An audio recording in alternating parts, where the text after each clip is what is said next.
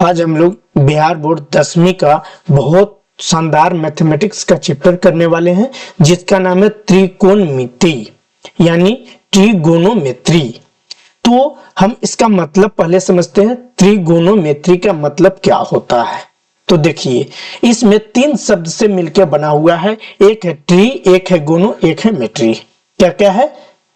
Tree, tree मतलब three, और गोनो मतलब साइड। गोनो मतलब क्या होता है? साइड यानी भुजा। और मेट्री मतलब मेजर, मेट्री मतलब क्या होता है? मेजर। तो आप बोल सकते हो त्रिकोणमिति का मतलब तीन भुजाओं का मापन। साइड मतलब भुजा, तो तीन भुजाओं का मापन आप बोल सकते हो। क्या बोल सकते हो? तीन भुजाओं का मापन बोल सकते हो। लेकिन मैं आपसे पूछूं, क्या त्रिकोणमिति में आप केवल और केवल तीन भुजाओं का ही माप कर सकते हैं क्या? नहीं, इसमें तीन और कोण का भी मापन हम लोग करेंगे। क्या करेंगे? तीन और कोणों का भी मापन करेंगे। तो हम इसको थोड़ा और एक करके लिखते हैं कि इसमें हम लोग केवल कोणों का नहीं, भुजाओं का नहीं, कोणों का भी बात करते हैं। त्रिकोणमिति में, त्रिकोणमिति में हम लोग कोण का भी बात करते हैं, कोणों का भी बात करते हैं, भी बातें करते हैं। अब समझते हैं थोड़ा कि कोण का भी बात करते हैं। तो फर्स्ट ऑफ ऑल क्या करते हैं, हम त्रिभुज के बारे में समझते हैं। तो ये है त्रिभुज आपका। क्या है ये? त्रिभुज। अब इस त्रिभुज को दो तरह से विभाजित इसमें करेंगे। पहला क्या करेंगे? पहला करेंगे इसमें कोण के आधार पे। किस आधार पे? कोण के आधार पे। तो यहां से दो चीजें डिस्ट्रीब्यूशन करते हैं। हाँ, एक और कर लेते हैं ए। हाँ ठीक है, अब यहां हो गया। एक तरफ लिख देते हैं कोण के आधार पे, कोण के आधार पे, कोण के आधार पे, और दूसरा तरफ लिख लेंगे भुजा के आधार पे। एक त्रिभुज का डिस्ट्रीब्यूशन हम लोग करते हैं भुजा के आधार पे। तो देखिए, कोण के आधार पे जब हम त्रिभुज की बातें करते हैं तो उसमें पढ़ते हैं कौन कौन त्रिभुज। एक पढ़ते हैं समकोण त्रिभुज जिसमें 90 डिग्री होता है। समकोण त्रिभुज पढ़ते हैं जिसमें कितना? 90 डिग्री होता है। एक पढ़ते हैं हम लोग न्यून कोण त्रिभुज। कौन सा त्रिभुज? न्यून कोण त्रिभुज। और ये न्यून कोण त्रिभुज जो है वो 90 से कम मापन वाली भुजाएं होती है। एक पढ़ते हम लोग अधिकोण त्रिभुज। कौन पढ़ते हैं? अधिकोण, अधिकोण त्रिभुज पढ़ते हैं। और बात रहा भुजा के आधार पे, तो भुजा के आधार पे एक हम लोग पढ़ते हैं समबाहु त्रिभुज। कौन सा त्रिभुज? समबाहु त्रिभुज। एक पढ़ते हैं हम लोग कौन सा त्रिभुज? विषमबाहु त्रिभुज। एक पढ़ते हैं हम लोग विषमबाहु त्रिभुज। और तीन में बात करें तो समद्विबाहु त्रिभुज की बातें, समद्विबाहु त्रिभुज की बातें हम लोग करते हैं, समद्विबाहु त्रिभुज की हम लोग बातें करते हैं। तो देखिए, त्रिभुज को हमने दो बराबर भागों में बांटा। एक का नाम दिया कोण के आधार पे, तो दूसरा का नाम दिया भुजा के आधार पे। कोण के आधार पे हम लोग समकोण, न्यून कोण, अधिकोण, और भुजा के आधार पे विषमबाहु, समबाहु और समद्विबाहु त्रिभुज की रचना हम लोग कर लिए। अब बाय फिगर इसको समझते हैं कि कौन सा समकोण होगा, कौन सा न्यून कोण होगा, कौन सा अधिक कोण होगा, और समबाहु भी समझेंगे, विषमबाहु और समद्विबाहु भी समझेंगे। तो हम एक एक फिगर को यहाँ पे ड्रॉ करते हैं और उसको हम लोग समझते हैं। तो आइए सर्वप्रथम हम क्या करते हैं, यहाँ से एक ठो त्रिभुज की रचना करते हैं। ठीक है, ये एक त्रिभुज है। ठीक है, तो हम इसे बराबर भुजाओं में पहले कर देते हैं। अब यहाँ नामकरण इसको करते हैं, ए, यहाँ पे बी और यहाँ पे सी। देखिए, मान लो ए भी 5 है, ए भी 5 है, ए भी 5 है, तो सभी भुजा आपस में क्या है? बराबर है। तो हम क्या इसको बोलेंगे? समबाहु त्रिभुज। क्या बोलेंगे? समबाहु त्रिभुज। दूसरे अगर त्रिभुज की बात करें मेरे भाई, दूसरे त्रिभुज की बात करें तो देखिए, इस तरह के त्रिभुज आ सकता है? नहीं, इस तरह के जब त्रिभुज इसमें आएगा, हाँ इस तरह के त्रिभुज आएगा, तो इसमें मान लो ए, नामकरण पहले कर लो, ए, बी और सी। इसमें मान लो ए भी 5 है, ए भी 5 है, और ए वाला कितना है? 4 है। तो आप इसमें दो भुजा जब बराबर है, इसमें जब दो भुजा बराबर है तो इसे क्या बोलेंगे? समद्विबाहु त्रिभुज। समद्विबाहु त्रिभुज इसे बोलेंगे। ठीक है, अब हम लोग बातें करते हैं विषम बाहु त्रिभुज की। किसकी बातें करते हैं? विषम बाहु त्रिभुज की। देखिए विषम बाहु की जब हम लोग बातें करते हैं, विषम बाहु की जब हम लोग बातें करेंगे तो इसमें थोड़ा बहुत क्या होगा? डिफर होगा, थोड़ा बहुत इसमें डिफर होगा। एक तरफ इसमें थोड़ा सा एक करके, हाँ अब देखिए हो गया, तो सभी अलग अलग जैसा हो गया। मान लो ए वाला 5 है, ए वाला 4 है और ए वाला कितना है? 6 है। तो इसे कौन सा त्रिभुज नाम देंगे? विषम बाहु त्रिभुज नाम हम लोग देंगे। विषम बाहु त्रिभुज इसे नाम देंगे। कहने का मतलब क्या है? इसमें कोई भी भुजा आपस में बराबर नहीं है। ये समबाहु त्रिभुज है, इसमें सभी भुजा क्या है? आपस में बराबर है। ठीक है, तो इसका नामकरण भी छोड़ दिए थे, ए बी सी यहाँ पे होगा। तो ये हम लोग बातें किए हैं। एक किस आधार पे हम लोग बात किए हैं? भुजा के आधार पर। भुजा के आधार पर, भुजा के आधार पर त्रिभुज का हम लोग डिस्ट्रीब्यूशन इसमें किए हैं। तो हम यहाँ पे क्या करते हैं? इसको ऐसे कर देते हैं। आप लोग भी ऐसे ही नोट्स बनाएंगे, बहुत शानदार और बेहतरीन सा नोट्स बनेगा। इसी में हम लोग बातें करते हैं।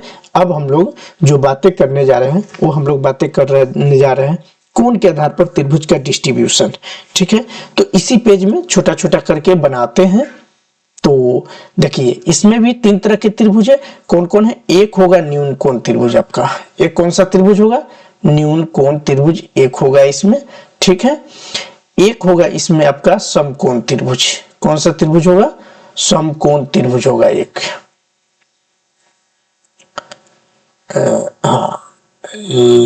हाँ ठीक है, ये भी चलेगा। हाँ ऐसे ये भी है, एक ये भी त्रिभुज है। ठीक है, आपको एकदम अलग अलग सा दिखना चाहिए। तो हम क्या करते हैं, फिलहाल यहां से एक और त्रिभुज ऐसा ले लेते हैं। ठीक है, ऐसा एक ठो त्रिभुज ले लिए। 2 तरह के त्रिभुज होगा। एक और त्रिभुज ले लेते हैं, इसी का क्लोन कर लेते हैं, इसी का। ठीक है, तो ये भी एक त्रिभुज यहां से आ जा रहा है। ठीक है, हमने 3 तरह के यहां से त्रिभुज लिए, सभी का नाम दे देते हैं ए बी सी। इसका भी हम क्या करते हैं, एक सेकेंड, यहां से सॉरी इसको इरेज यहां से कर देते। हाँ ठीक, रहने दो, कोई दिक्कत नहीं है। आप इसका भी नाम दे दो ए बी और सी, और इसका भी नाम दे दो ए बी और सी। ये हो गया। तो कोण के आधार पर डिस्ट्रीब्यूशन करते हैं। तो पहले देखिए यहाँ पे एक एल्टीट्यूड बन रहा है, नहीं एक एल्टीट्यूड यहाँ पे बन रहा है 90 डिग्री का। बी कोण यहाँ क्या समकोण है, और इसके सामने वाली जो भुजा रहेगा वो परमानेंट क्या रहेगा, कर्ण रहेगा। तो इसके बारे में हम बाद में डिटेल में करेंगे चर्चा। ठीक है, तो इसको हम अभी छोड़ते हैं। हम अभी बता रहे हैं आपको कोण के आधार पर त्रिभुज। ठीक है, तो ए आपका एक कोण क्या है, 90 है। एक कोण क्या है, 90 है। और बाकी यहाँ पे मान लो ये थीटा होगा, ये यहाँ पे 40 भी हो सकता है, कुछ भी हो सकता है। तो यहाँ पे 50 भी आप लिखोगे, कोई दिक्कत वाली बात नहीं है। 50 डिग्री भी यहाँ लिखो, कोई दिक्कत नहीं है। एक तो इसका नाम क्या है, समकोण त्रिभुज। क्या नाम है, समकोण त्रिभुज इसका नाम हो जाएगा। ठीक है, अब हम लोग बातें करते हैं न्यून कोण त्रिभुज की। तो देखो इसमें मान लो ये 50 है, ये मान लो 50 है, ये वाला कितना है 60 है, और ये वाला क्या है 70 है। ये वाला क्या है 70 है। ठीक है, तो देखो 50 70 140 और 60, 50 और 70 120 और 60 180। तो ये इसमें आप देख रहे हो सभी कोण जो है 90 से कम है। तो जब भी 90 से कम हो तो वो न्यून कोण होता है। क्या होता है, न्यून कोण होता है, न्यून कोण होता है। ठीक है, न्यून कोण। ठीक है, हाँ अब यहाँ पे बातें करते हैं। एक यहाँ पे भी कोण है, एक यहाँ पर भी कोण है। तो मान लो ए कोण जो है 110 डिग्री का है। ठीक है, और ए वाला कोण की बात करें तो ये 30 डिग्री का है, ए वाला की बात करें तो 40 डिग्री का है। तो अब आप बताओ इसमें 110 30 और 40 180 बनाता है, और इसमें ए वाली जो भुजा है, ए वाली जो कोण है 110 है, तो अधिक है, 90 से अधिक है। तो इसे आप क्या बोलोगे, अधिकोण। क्या बोलोगे, अधिकोण त्रिभुज। क्या बोलोगे, अधिकोण त्रिभुज। तो आप इसका नामकरण आप इस आधार पे आप कर सकते हैं कोण के आधार पे, यहाँ पे लिख देते हैं हाँ ठीक है, इसे यहां से, हाँ कोण के आधार पे, कोण के आधार पर त्रिभुज, ठीक है, कोण के आधार पर त्रिभुज। अब इसे भी एक ठो प्यारा सा बॉक्स दे देते हैं हम। तो देखिए हमने एक बॉक्स यहाँ पे दे दिया। अब हम लोग आगे की बातें नेक्स्ट पेज में करते हैं, ठीक है। तो सर्वप्रथम इसमें और डिटेल थोड़ा सा समझ लेते हैं कि फादर ऑफ मैथमेटिक्स किसे कहते हैं। तो देखिए यहाँ फादर ऑफ मैथमेटिक्स की बात करता है, फादर ऑफ मैथमेटिक्स की बातें करता है। फादर ऑफ मैथमेटिक्स तो किसे बोलते हैं, आर्किमिडीज को। किसे बोलते हैं, आर्किमिडीज को बोलते हैं फादर ऑफ मैथमेटिक्स। इसी में बातें करते हैं father of trigonometry, father of trigonometry, father of trigonometry Hipparchus को बोलते हैं। किसको बोलते हैं, हिपार्कस को फादर ऑफ त्रिगोनोमेट्री बोलते हैं। अब हम बातें करते हैं फादर, इसमें योगदान, father of mathematics, father of trigonometry. चूंकि हम त्रिगोनोमेट्री ही पढ़ रहे हैं तो इस पे ज्यादा फोर्स करना है हमें नहीं, तो बातें करते हैं योगदान की। योगदान की हम लोग बात करते हैं, योगदान की। तो योगदान किसका किसका रहा है, तो यह योगदान में आपको जो है पाइथागोरस साहब का अच्छा योगदान है, पाइथागोरस का, हेल्स चाचा का भी बड़ी योगदान है त्रिगोनोमेट्री में, और अपना आर्यभट्ट जो है इनका भी योगदान अच्छा खासा रहा है, आर्यभट्ट, ठीक है। तो इन लोगों का जो है त्रिगोनोमेट्री में बहुत अच्छा योगदान रहा है। तो अब हम लोग बातें करते हैं साइड का रेशियो, त्रिभुज में बातें करते हैं किसकी, साइड के रेशियो की। तो थोड़ा बहुत ये समझ लेते हैं यूजेज ऑफ त्रिगोनोमेट्री, यूजेज ऑफ त्रिगोनोमेट्री। देखिए इसमें हम ज्यादा डिटेल नहीं बोलेंगे, आपको डिटेल हम समझा देंगे।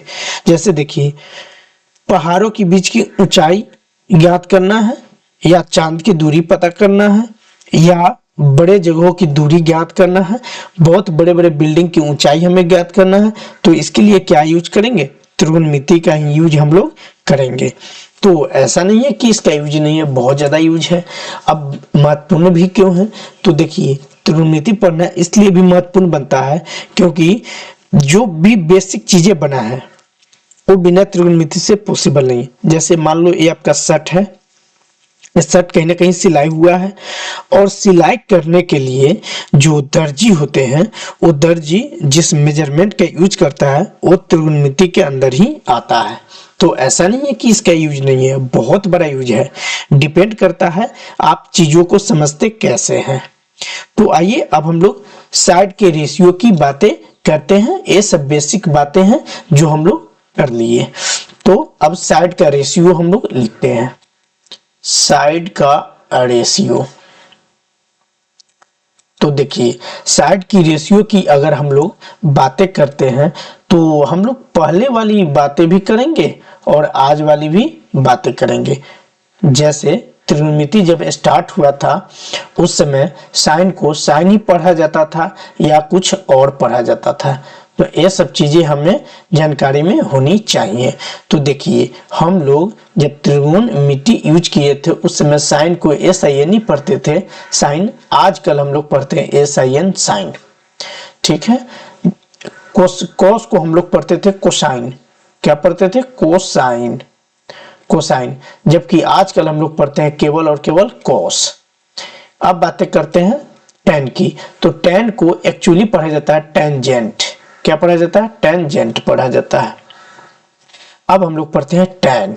इसी तरह और भी चीजें हैं जिन्हें हम लिख रहे हैं। देखिए साइन का उल्टा होता है कोसेक, लेकिन हम लोग रियल में कोसेक नहीं पढ़ते हैं, कोसेंटेंट,